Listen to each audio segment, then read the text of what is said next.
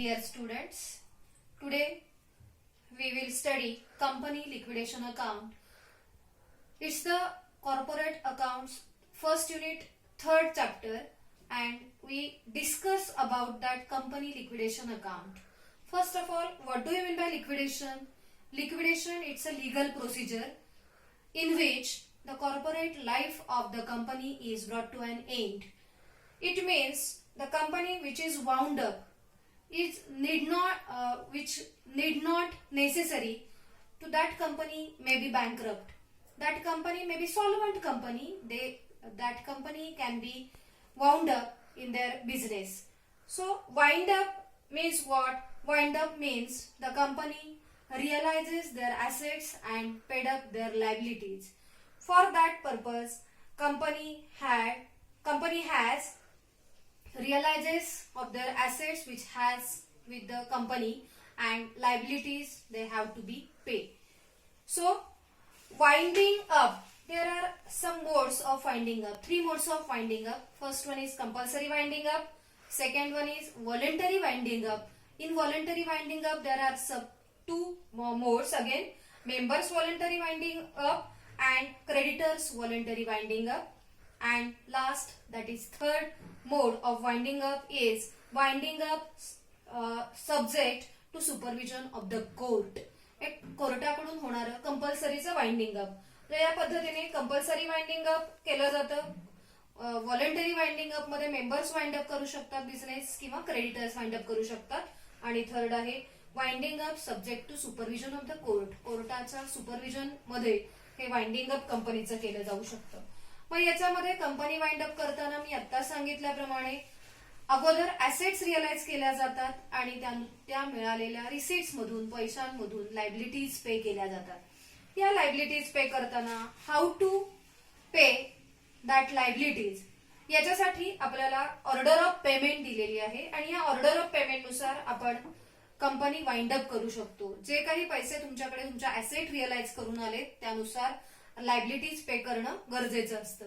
First of all order of payment मध्ये आपण बघतो की legal charges.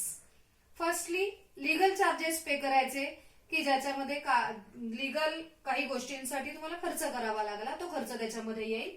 Second one is liquidators remuneration. हे जे लिक्विडेटरचं रेम्युनरेशन आहे हे 4 पद्धतीने दिलं जाऊ शकतं. फर्स्ट वन आहे फिक्स्ड अमाऊंट. काही अमाऊंट फिक्स ठरवली जाते की तेवढे पैसे त्याला मिळणार.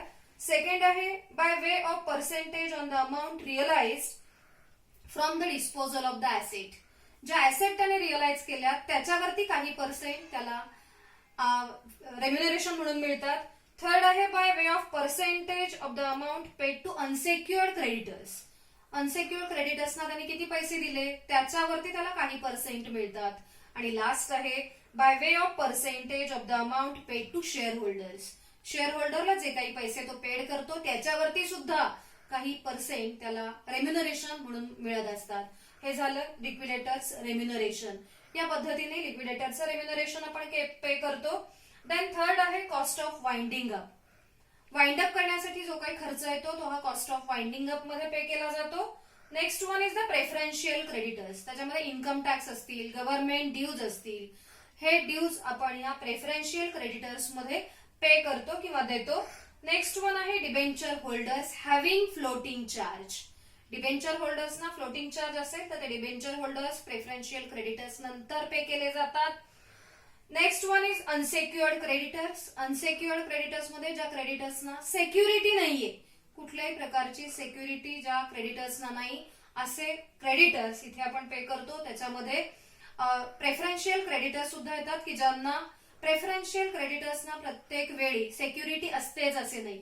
ज्यांना सेक्युरिटी असते त्यांना सेक्युअर्ड क्रेडिटर्स किंवा सेक्युअर्ड क्रेडिटर्स असं म्हणतो. But some preferential creditors are unsecured creditors. म्हणजे प्रेफरन्शियल क्रेडिटर्स हे ऑलवेज अनसेक्युअर्ड असतात. Preferential creditors are always unsecured creditors. त्यांना प्रत्येक वेळी सेक्युरिटी असतेच असं नाही. Then preference share holders.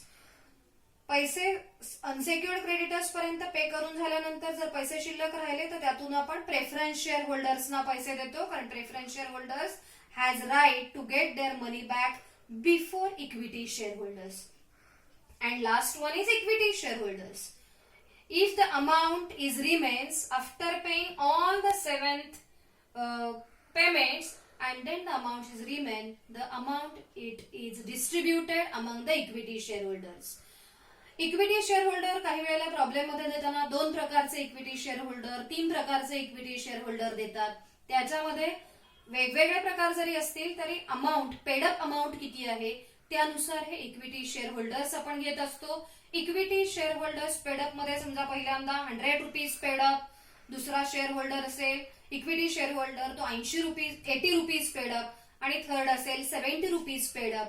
तर अशा वेळेला जर पैसे शिल्लक राहिले तर सगळ्यात पहिल्यांदा कमीत कमी कोण आहे तर 80 पर्यंत, आणि म्हणून आपण अगोदर त्याला 20 रुपीज परत देणार. 20 रुपीज, 100 रुपीज ज्याचे पेडअप आहेत त्याला 20 रुपीज आपण पेड करतो, म्हणजे तो आणि सेकंड नंबरचा 80 रुपीज पेडअप वाले बोथ आर सेम नाव. आता या दोघांनाही म्हणजे त्या 80 रुपीज पर्यंत आणताना ते पैसे परत दिले आणि जर काही अमाऊंट शिल्लक राहिली तर आपण परत 10 रुपये ह्या 80 रुपीज आणि 100 रुपीज पेडअप वाल्यांना पेड करतो, 10 रुपीज पेड करतो.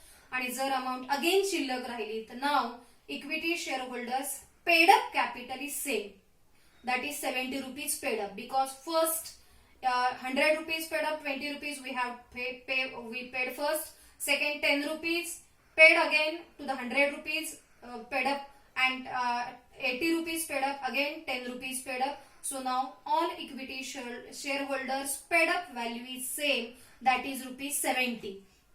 हे 70 रुपीज राहिल्यानंतर बघ आता जे काही शेअर होल्डर्स आहेत त्या सगळ्यांना रिमेनिंग अमाऊंट आपण इक्वली डिस्ट्रीब्यूट करतो. म्हणजे 70 रुपीज पेडअप सगळ्यांचे आले, पण जेव्हा तुम्ही अमाऊंट डिस्ट्रीब्यूट कराल तेव्हा 100 रुपीज वाल्यांना 30 रुपीज मिळाले असतील, 80 रुपीज वाल्याला 10 रुपीज मिळाले असतील आणि 70 रुपीज वाल्याला तोपर्यंत आपण काहीही दिलेलं नसेल. जे काही पैसे आपण इक्वली सगळ्यांना देणार आहोत त्याच्यातून अगेन 70 रुपीज वाल्याला समजा आपल्याला 5 रुपीज परत देता आले तर 100 रुपीज वाल्याला 35 रुपीज मिळतील, 80 रुपीज वाल्यांना 5 रुपीज मिळतील आणि 15 रुपीज मिळतील 80 रुपीज पेडअप वाल्यांना, आणि 70 रुपीज पेडअप वाल्यांना फक्त 5 रुपीज मिळतील. सो या पद्धतीने आपण ही इक्विटी शेअर होल्डर्स ची ऍडजस्टमेंट आहे ती आपण करतो. पेडअप अमाऊंट करताना आपल्याला इथे तो विचार करावा लागतो की पेडअप किती आहे त्यानुसार आपण त्यांना ते पैसे परत करतो. हे झालं इफ अमाऊंट रिमेन्स पे करण्याच्या बाबतीत. पण समजा आपल्याला अनसेक्युअर्ड क्रेडिटर्स पे करण्यापर्यंतच पैसे संपले तर अशा वेळी तुम्हाला इक्विटी शेअर होल्डर्स कडून पैसे मागवावे लागतात, कलेक्ट करावे लागतात. आपण कॉल्ड करतो ते मनी. मग इथे समजा अगेन मी आता घेतलेल्या एक्झाम्पल प्रमाणे काही शेअर होल्डर तुमचे 100 रुपीज पेडअप आहे, तुमच्या शेअरची व्हॅल्यू फेस व्हॅल्यू 100 रुपीज आहे. अशा वेळेला तुम्ही 100 रुपीज वाल्यांकडून कुठलाही कॉल डिमांड करू शकत नाही, पण तुम्ही 70 आणि 80 रुपीज वाल्यांकडून काही पैसे डिमांड करू शकता. सर्वात आधी आता इथे जर डिमांड करायचं असेल, पैसे कॉल करायचे असतील तर आपण 70 रुपीज वाल्याकडून सुरुवातीला 10 रुपीज कॉल करणार.